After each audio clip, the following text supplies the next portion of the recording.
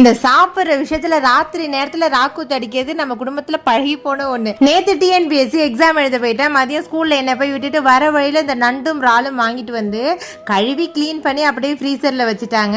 இந்த ஃப்ரீசர்ல வச்சது எனக்கு நினைவுக்கு வந்த நேரம் நைட்டு 8:30 மணி. அதுக்கு மேலதான் இதை செய்யவே ஆரம்பிச்சேன். இரவோடு இரவா போய் முருங்கைக்காய் பறிச்சுட்டு வந்து, எப்போதுமே நான் முருங்கைக்காய் வந்து ராலில் போட்டு தான் ட்ரை பண்ணியிருக்கேன். ஆனா இன்னைக்கு ராலு நண்டு முருங்கைக்காய் என்ன ஒரு கன்றாவியான காம்பினேஷன் அப்படின்னு நீங்க நினைக்கலாம். ஆனா டேஸ்ட் உண்மையா சூப்பராக இருந்துச்சு. எக்ஸாம் எப்படி இலக்கியா எழுதுனீங்க அப்படின்னு கேட்பீங்க. அதாவது யூடியூபர் இலக்கியா அப்படிங்கிற பேர் மறைஞ்சு போய் கவர்மெண்ட் ஆஃபீஸர் இல்லை விஏஓ அப்படின்னு ஒரு போஸ்டிங் வந்து கூடிய சீக்கிரம் கவர்மெண்ட்டே எனக்கு தரும்னு நினைக்கிறேன். உண்மையாக அப்படிலாம் கிடையாது. அதாவது தமிழில் வந்து நான் அடித்த வரைக்குமே ஒரு 57 கிட்ட வருது.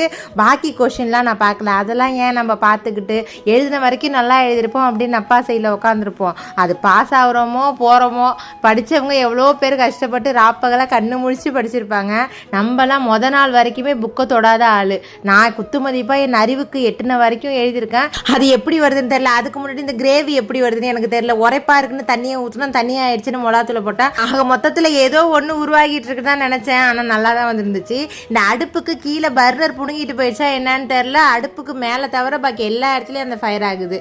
நம்ம குடும்பத்தில் எப்போதுமே சப்பாத்தியை ரவுண்டாக தைச்சாதான் வயிற்றுக்குள்ளே போகும் போல இருக்கு. ரவுண்டா தேயின்னு ஓரளவுக்கு என் முகத்தின் வட்ட வடிவில் செஞ்சுட்டேன். இந்த கிரேவி குழம்போட ஸ்மெல் ராத்திரி நேரத்தில் வீடு முழுக்க பரவ ஒரு ஆளா பூனை மாதிரி அடுப்புக்குள்ள வந்து நக்கி பார்த்தானது.